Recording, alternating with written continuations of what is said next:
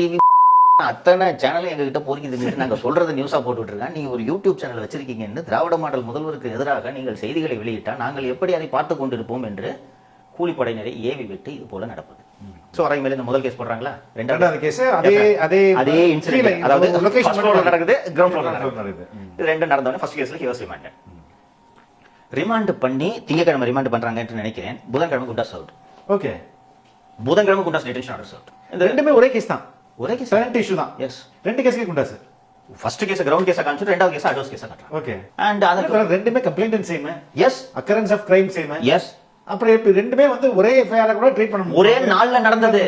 First floor second floor. ஆமா, ஒரே நாள்ல கிரவுண்ட் ஃப்ளோர் ஒரே நாள்ல நடந்தது. இது போய் கேஸ்ன்றது நீ போய் ட்ரையல்ல ப்ரூவ் பண்ணு. என்ன குண்டாஸ் இருக்குன்னு கேக்குறேன்.